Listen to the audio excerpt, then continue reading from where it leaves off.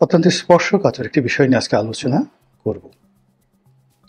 আপনারা জানেন যে আমাদের সামাজিক মাধ্যম এবং মূলধারার গণমাধ্যম ইতিমধ্যে একটা খবর বেশ গুরুত্ব সহকারে প্রচার করেছে। অনেকে প্রোপাগান্ডা চালাচ্ছেন, যার জিস্ট বা সারাংশ হলো আওয়ামী লীগ ক্ষমতা দখলের জন্য বাংলাদেশে একটি সশস্ত্র বিপ্লব, একটি পাল্টা অভ্যুত্থান। এখানে দুটো বিষয় পরে আলোচনা করব। একটা হলো সশস্ত্র যুদ্ধ, সশস্ত্র বিপ্লব, একটি পাল্টা অভ্যুত্থানের মাধ্যমে পুনরায় ক্ষমতা দখল করা, ক্ষমতা ফিরে পাওয়া, হোয়াট এভার মেবি, বা বাংলাদেশে যে রাজনীতি, ক্ষমতা রাজনীতি, সেই ক্ষমতা রাজনীতিতে তাদের কর্তৃত্ব প্রতিষ্ঠা করার জন্য তৎপরতা শুরু করেছে।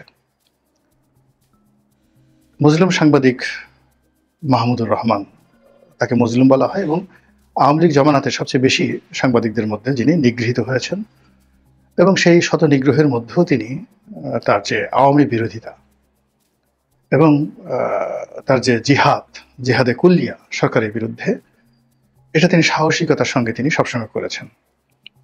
এবং একটা সময় তিনি কৌশলগত কারণে বাংলাদেশ থেকে তুরস্কে চলে গিয়েছিলেন বা মালয়েশিয়াতে চলে গিয়েছিলেন।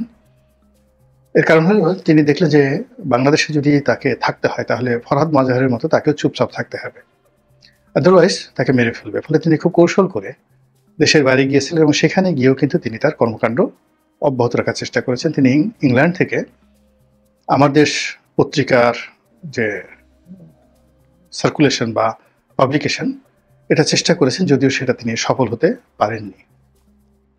তারপর বিভিন্ন লেখনী দ্বারা সামাজিক মাধ্যমে, তারপরে ইউটিউব, ফেসবুকের যে জনপ্রিয় প্ল্যাটফর্মগুলো রয়েছে, সেখানে তিনি সাক্ষাৎকার দিয়ে কথাবার্তা বলে তিনি তার যে আওয়ামী বিরোধী যে মনোভাব এবং ভারত বিরোধী তার যে জিহাদ এবং তার যে প্রো ইসলামিক চিন্তাভাবনা, ইসলামাইজেশনের চিন্তাভাবনা, সেটা তিনি চালিয়ে গেছেন।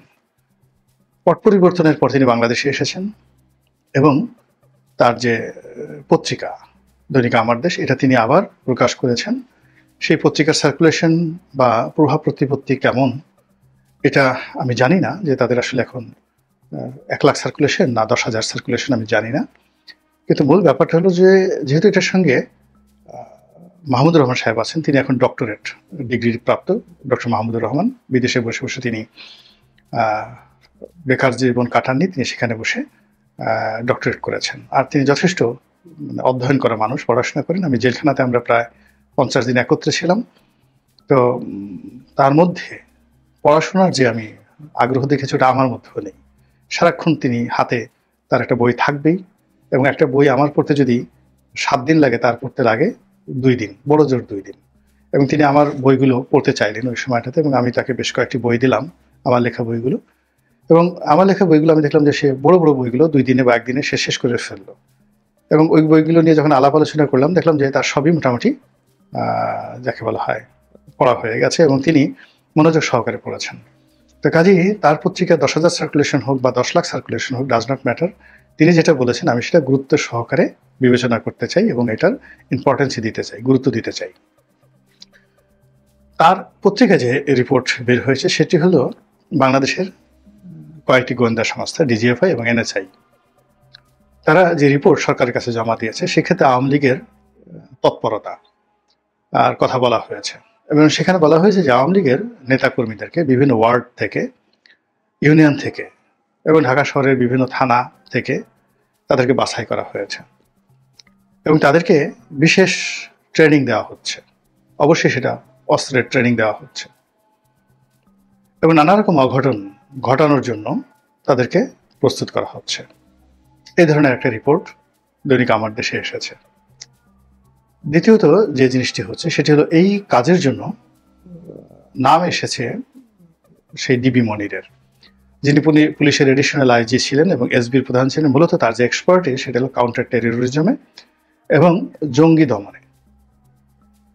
পুরো শেখ হাসিনার জমানাতে সেটা জঙ্গি দমন হোক কিংবা জঙ্গি নাটক হোক, এটাকে অত্যন্ত সুচারুরূপে, অত্যন্ত অথেন্টিকেসির সঙ্গে বিশ্বাসযোগ্য করে এটিকে জনগণের সামনে উপস্থাপন করা এবং আওয়ামী লীগকে এটার বেনিফিট প্রদান করার জন্য সবচেয়ে সফল যে পুলিশ কর্মকর্তা ছিলেন তিনি জনাব মনির, ডিবি মনির।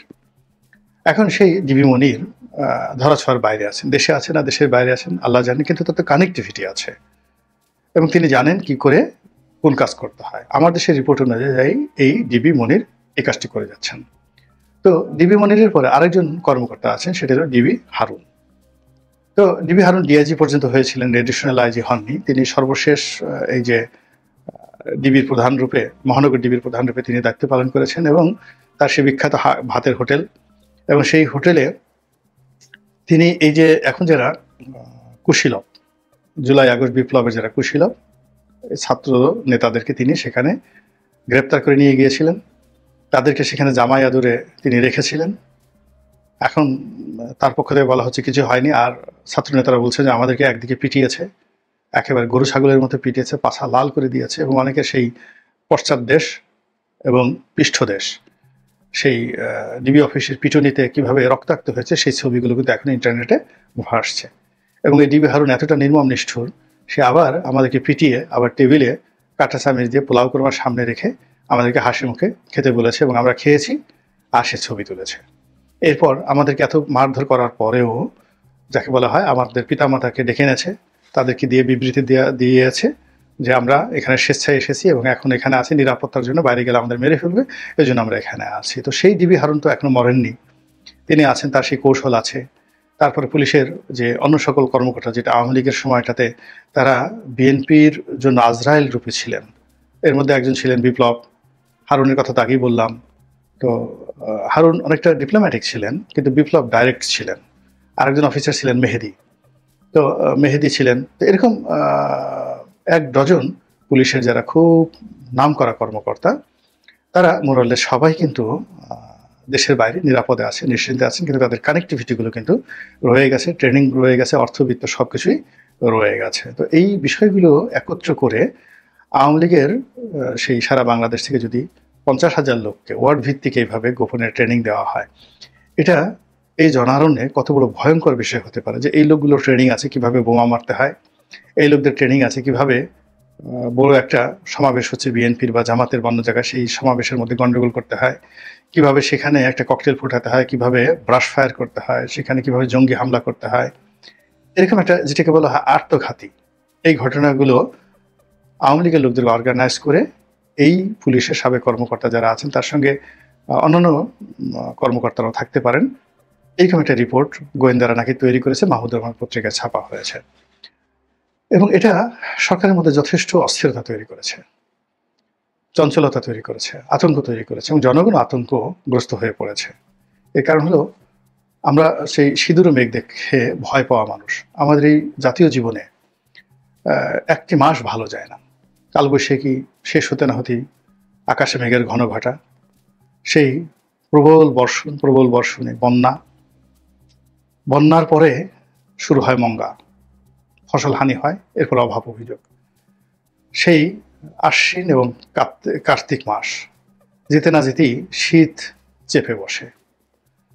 পুরো উত্তরাঞ্চল শীতের কারণে স্থবির হয়ে পড়ে, জনজীবন কোনো কাজকর্ম করা সম্ভব নয়। রাস্তাঘাট বিকেল 3টা থেকে কুয়াশায় আচ্ছন্ন হয়ে পড়ে, সকাল 10টার আগে সূর্যের আলো দেখা যায় না, মানুষের জীবন তছনছ হয়ে যায়। তো সেই শীতের সেই আমেজ, শীতের সেই ভয়াবহতা, কাঁপুনি যেতে না যেতেই আবার শুরু হয়ে যায় সেই চৈত্রের তীব্র তাপদাহ। চারিদিকে শুধু কাঠফাটা সেই রোদ, গরম, এবং সেটা শেষ না হতে হতে বৈশাখ মাসে এসে আবার কালবৈশাখী। এর সঙ্গে রাজনৈতিক অস্থিরতা, চুরি ডাকাতি, রাহাজানি, সব মিলিয়ে আমাদের এই জীবনটা যেন কেমন। এর ফলে কি হলো কি, আমরা খুব সহজে উত্তেজিত হয়ে পড়ি, সহজে অস্থির হয়ে পড়ি, সহজে আতঙ্কগ্রস্ত হয়ে পড়ি, সহজে খুব ভয় পেয়ে যাই। আমাদের এই জাতীয় জীবনের সেই দুর্যোগ, সেটা সবসময় ছিল, আজ থেকে 5,000 বছর আগেও ছিল, এখনো আছে, আগামীতে হয়তো থাকবে। ফলে এখানে রাজনীতিবিদ যারা রয়েছেন, কর্তা ব্যক্তি যারা রয়েছেন, যারা আমাদের এই জাতীয় চরিত্রকে মূল্যায়ন করে আচরণ করতে পারেন, সেই সময়টা তুলনামূলকভাবে আমাদের জন্য স্বস্তির হয়। আমাদের ইতিহাসে খুব অল্প মহানায়ক রয়েছেন যারা আমাদেরকে এভাবে স্বস্তির জীবন দিতে পেরেছিলেন। ইতিহাসে শায়েস্তা খান, ইতিহাসে গিয়াসউদ্দিন আজম শাহ, ইতিহাসে আলাউদ্দিন হোসেন শাহ, এরকম কয়েকজন মানুষ। তার আগে পাল জমানাতে 2-3 জন পাল শাসক ছিলেন যারা খুব ভালো শাসন করেছেন। বল্লাল সেন, লক্ষণ সেনের জমানাও ভালো ছিল। এরকম মানে হাজার বছরের ইতিহাসে হয়তো আমরা 100 বছর ভালো ছিলাম, বাকি 900 বছরই আমাদের জীবনে সমস্যা ছিল। এই কারণে আমাদের আতঙ্ক খুব বেশি, ভীষণ রকম আতঙ্ক। তো এখন এইরকম যখন ঘটনা ঘটছে, তখন আমরা যেভাবে ভয় পাচ্ছি, আমাদের প্রতিপক্ষ তারা হাসছে, দাঁত কিলবিল করে হাসছে, অট্টহাসি দিচ্ছে। শেখ হাসিনা ওখানে বসে হয়তো ব্যাগ গুছাচ্ছেন, তিনি হয়তো এই এখনই ঢুকে পড়বেন এরকম একটা প্রস্তুতি তিনি নিয়ে বসে আছেন। এবং আমরা এই কথা যখনই চিন্তা করছি, ভাবছি, তখনই আমাদের মধ্যে এক ধরনের মানে কাঁপুনি শুরু হয়ে গেছে। এমনকি যারা আওয়ামী লীগের লোকজন, তাদের মধ্যে এক ধরনের ভয় চলে আসছে যে আসলে কি হবে, শেখ হাসিনা যদি এসে যায়, আমরা তো শেখ হাসিনাকে মাইনাস করতে পারছি না আমাদের চিন্তা থেকে, আমাদের ভয় থেকে, আমাদের আতঙ্ক থেকে, কোনো জায়গাতে আমরা মাইনাস করতে পারছি না। প্রতিদিন এই নামটি সরকারের পক্ষ থেকে একভাবে উচ্চারিত হচ্ছে, আওয়ামী লীগের পক্ষ থেকে হচ্ছে, বিএনপির পক্ষ থেকে হচ্ছে। মানে বাংলাদেশে এখন যদি সবচেয়ে বেশি যে নামটি উচ্চারিত হচ্ছে বাংলাদেশে, সেটা হলো শেখ হাসিনা। আর সবচেয়ে বেশি যে গুরুত্ব পাচ্ছে রাজনৈতিক দলগুলোর মধ্যে, সেটা আওয়ামী লীগ। অথচ আওয়ামী লীগের কোনো অস্তিত্ব নাই। বঙ্গবন্ধু যখন সেই মুক্তিযুদ্ধের সময় পাকিস্তানের কারাগারে বন্দী ছিলেন, ঠিক যুদ্ধের ময়দানে সব জায়গাতে বঙ্গবন্ধু উপস্থিত ছিলেন। জয় বাংলা, জয় বঙ্গবন্ধু। তো এই মুজিব বাহিনী সব মিলিয়ে মানে প্রতিটি পরতে, প্রতিটি মিনিটে, প্রতিটি ক্ষণে ক্ষণে বঙ্গবন্ধু, বঙ্গবন্ধু, শেখ মুজিব, শেখ মুজিব, শেখ সাহেব, শেখ সাহেব, যে জিকির ফিকির হতো। তো এখন যে জিনিসটা হয়ে গেছে, এখন এই বাংলাদেশে অতীতের যে কোনো আতঙ্কের চাইতে, অতীতে আমরা যেমন বর্গীদের আক্রমণ দেখেছি, মগদের আক্রমণ দেখেছি, পর্তুগিজদের আক্রমণ দেখেছি, ঠকদের আক্রমণ দেখেছি, জাট এবং মেথ এদের আক্রমণ দেখেছি। কিন্তু আওয়ামী লীগের নাম শুনলে অনেক মানুষের মধ্যে যে ভয় আসে, ছাত্রলীগের রামদার কথা মনে হলে, তলরের কথা মনে হলে, ছাত্রলীগের সেই চাপাতির কথা মনে হলে এখন পর্যন্ত অন্তরত্বা কাঁপতে থাকে। দল বেঁধে আসছে, সেই চাপাতি দিয়ে মারতে আসছে। চিন্তা করুন তো কি একটা অবস্থা। এই যে ঢাকা বিশ্ববিদ্যালয়ে এখন যারা দাপট দেখাচ্ছেন, এখন ছাত্রলীগের সেই জমানার কথা চিন্তা করেন, সেই বিশ্বজিৎ হত্যাকাণ্ডের কথা চিন্তা করেন, পিলে চমকানোর মতো ঘটনা। সেই ঘটনা আবার ফিরে আসার কথা বলা হচ্ছে, গোয়েন্দা রিপোর্ট দেওয়া হচ্ছে, তারা প্রস্তুতি নিচ্ছে, তারা ট্রেনিং নিচ্ছে, কিভাবে চাপাতি চালাতে হয়, কিভাবে পিস্তল চালাতে হয়, কিভাবে অস্ত্র চালাতে হয়। এগুলো শুনলেই তো মনের মধ্যে এক ধরনের আতঙ্ক চলে আসে। এবং এটা আমরা যেভাবে আতঙ্কগ্রস্ত হচ্ছি, বিএনপির লোকজন কি হচ্ছে জানি না, তবে আওয়ামী লীগের লোকজন যে উল্লসিত হচ্ছে তার প্রমাণ হলো আপনারা হঠাৎ করে দেখবেন যে পাদপীঠে আওয়ামী লীগের অনেক শীর্ষ নেতা লাইভ ভিডিওতে চলে আসছে, যারা ইতিপূর্বে কথাবার্তা বলতেন না। এখন আওয়ামী লীগের অন্তত পক্ষে 1 ডজনেরও বেশি মানুষ প্রকাশ্যে কথা বলছেন। এবং সর্বশেষ ওবায়দুল কাদের সাহেব, তিনি কন্টিনিউয়াসলি সাক্ষাৎকার দিয়ে চলছেন। আগে অডিও বার্তা দিতেন, মুখ দেখাতেন না, এখন তিনি মুখ দেখান এবং তাকে যথেষ্ট সামর্থ্যবান মনে হয়, শক্তিশালী মনে হয়, সুস্থ মনে হয়, এবং তিনি মনে হয় যেন হারারও যৌবন ফিরে পেয়েছেন এবং আবার নতুন করে মন্ত্রী হিসেবে দায়িত্ব পালন করতে যাচ্ছেন। এরকম একটা ভাবসাব তার অভিব্যক্তিতে ফুটে উঠেছে। ওই যে দেখেন লন্ডনে চলে গেছেন সমর রেজাউল করিম সাহেব, একসময় টেলিভিশনে খুব জনপ্রিয় ছিলেন, তারপরে এমপি হলেন, মন্ত্রী হলেন, তারপরে যে কোনো একটা পরিস্থিতিতে যে বাংলাদেশের পট পরিবর্তনের পরে তিনি চলে গেলেন এবং গিয়ে অনেক দিন চুপচাপ থাকলেন। এখন তারও একটা ইউটিউব চ্যানেল হয়ে গেছে। তিনিও বিভিন্ন সেই ইউটিউব প্ল্যাটফর্মে এসে আওয়ামীপন্থী যারা সাংবাদিক আছেন দেশের বাইরে, সেটা ফজলুল বারী বলেন, সুলতানা রহমান বলেন, তারপর শেষে মোহাম্মদ ইসমাইল বলেন, অন্যান্য যারা আছেন সবার সঙ্গে ফাটিয়ে তিনি বক্তব্য দিয়ে যাচ্ছেন এবং তার সেই বক্তব্যগুলো লাখ লাখ মানুষ দেখছে, ফেসবুক, ইউটিউবে সেগুলো দেখছে। বাংলাদেশে থাকতেও তো তিনি এই টকশো করেই মূলত তো এমপিগিরি নমিনেশন পেয়েছিলেন। তো সেই মানুষ তো এখন কথা বলছে। তারপরে শেষে অনেকেই কথা বলছেন, মহিবুল হাসান চৌধুরী কথা বলছেন, তারপরে আব্দুর রহমান সাহেব কথা বলছেন, জাহাঙ্গীর কবির নানক কথা বলছেন। মানে যেই মানুষগুলো কথা বলতেন না, এখন তারা সবাই মোরাললেস কথা বলা শুরু করেছেন এবং এই কথা জ্যামিতিক হারে বাড়তে থাকবে, জ্যামিতিক হারে এই কথাগুলো বাড়তে থাকবে। আর আগের সেই আরিফ জেকতিক, তারপরে শেষে যাকে বলা হয় নিঝুম মজুমদার, তারা তো আসেনি। তো এদের যারা মানে খুব উগ্রভাবে আওয়ামী লীগকে সমর্থন করেন এবং প্রতিপক্ষকে খুব নিষ্ঠুরভাবে মোকাবেলা করেন, এই যে ফোর্সটি যেটি মূলত গণজাগরণ মঞ্চ থেকে তৈরি হয়েছিল, সেই গণজাগরণ মঞ্চের ফোর্সটি আবার নতুন করে মাথা ছাড়া দিয়ে উঠেছে এবং তারা আওয়ামী লীগের পক্ষে ন্যারেটিভ তৈরি করছে, ডক্টর মোহাম্মদ ইউনূসের বিপক্ষে ন্যারেটিভ তৈরি করছে, আওয়ামী লীগে ফিরে আসার জন্য একটা পথ তৈরি করছে এবং আগামীতে আওয়ামী লীগের যারা প্রতিপক্ষ হবেন তাদের ক্যারেক্টার অ্যাসাসিনেশন শুরু করে দিয়েছেন। বিএনপির আসল চরিত্র কি, জামাতের আসল চরিত্র কি, এই 11 মাসে তারা কি কি করেছেন, ডক্টর মোহাম্মদ ইউনূসের আসল চরিত্র কি, এখন তারা বলার চেষ্টা করেছেন সারা বাংলাদেশে আমরা কেউ যেটা বুঝতে পারিনি এটা শেখ হাসিনা বুঝেছেন। এবং শেখ হাসিনা যে কত সঠিক ছিলেন, 2009 সালে তিনি ডক্টর ইউনূসকে নিয়ে যে কথা বলেছেন সারা বাংলাদেশ তার বিরোধিতা করেছে, কিন্তু এখন বুঝুন ঠেলাটা, এখন বুঝুন ঠেলাটা। তো এই যে ন্যারেটিভগুলো তারা তৈরি করছেন, এর বিরুদ্ধে, এর বিপক্ষে সম্মিলিতভাবে বিএনপি কিছু করতে পারছে না, জামাত কিছু করতে পারছে না, আওয়ামী লীগ কিছু মানে ডক্টর মোহাম্মদ ইউনূস কিছু করতে পারছে না, কিন্তু আওয়ামী লীগের যে বিরুদ্ধ পক্ষগুলো তারা কিন্তু নিজেরা দ্বন্দ্ব সংঘাত করছে। এখন আওয়ামী লীগ একেবারে এক দফা গোল করে যাচ্ছে, ডাইরেক্ট গোল করে যাচ্ছে, আর অন্যদিকে যারা মানে যাকে বলা হয় আওয়ামী বিরোধী শক্তি রয়েছে তারা তাদের নিজেদের মধ্যে অন্তর্দ্বন্দ্ব হয়ে তারা নিজেদের গোল পোস্টে মানে নিজেদের দিকে নিজেরা গোল করার জন্য তারা যাকে বলা হয় সর্বশক্তি নিয়োগ করছে। ধরুন একটা ফুটবল মাঠ, একদিকে আওয়ামী লীগের 11টা প্লেয়ার, অন্যদিকে Jamaat, BNP, NCP, doctor Mohammad Yunus তাদের 11টা প্লেয়ার খেলছে পুরোদমে।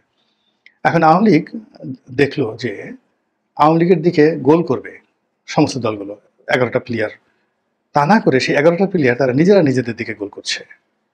তো আর এই সুযোগে আওয়ামী লীগের যারা লোকজন রয়েছেন তারা পাইকারি হারে গোল করে যাচ্ছেন এই তাদের প্রতিপক্ষের বিরুদ্ধে। ফলে এখানে আওয়ামী লীগের গোল প্লাস ওদের যে নিজেদের আত্মঘাতী গোল, এই আত্মঘাতী গোলে মানে এখন ওই পক্ষে যারা গোলকিপার আছেন তাদের তো চোখ কান সব ভোজা হয়ে গেছে, গোল পোস্ট ভরে গেছে গোলে। এবং এই গোলের কারণে সারা বাংলাদেশে যে গোলমালে একটা পরিস্থিতি তৈরি হয়েছে, যে অস্থিরতা তৈরি হয়েছে, যা কিনা এই মুহূর্তে বাংলাদেশে সব কিছু স্থবির করে দিয়েছে। মহান আল্লাহ আমাদের সবাইকে হেদায়েত দান করুন এবং হেফাজত করুন। আসসালামু আলাইকুম ওয়া রাহমাতুল্লাহি ওয়া বারাকাতুহু।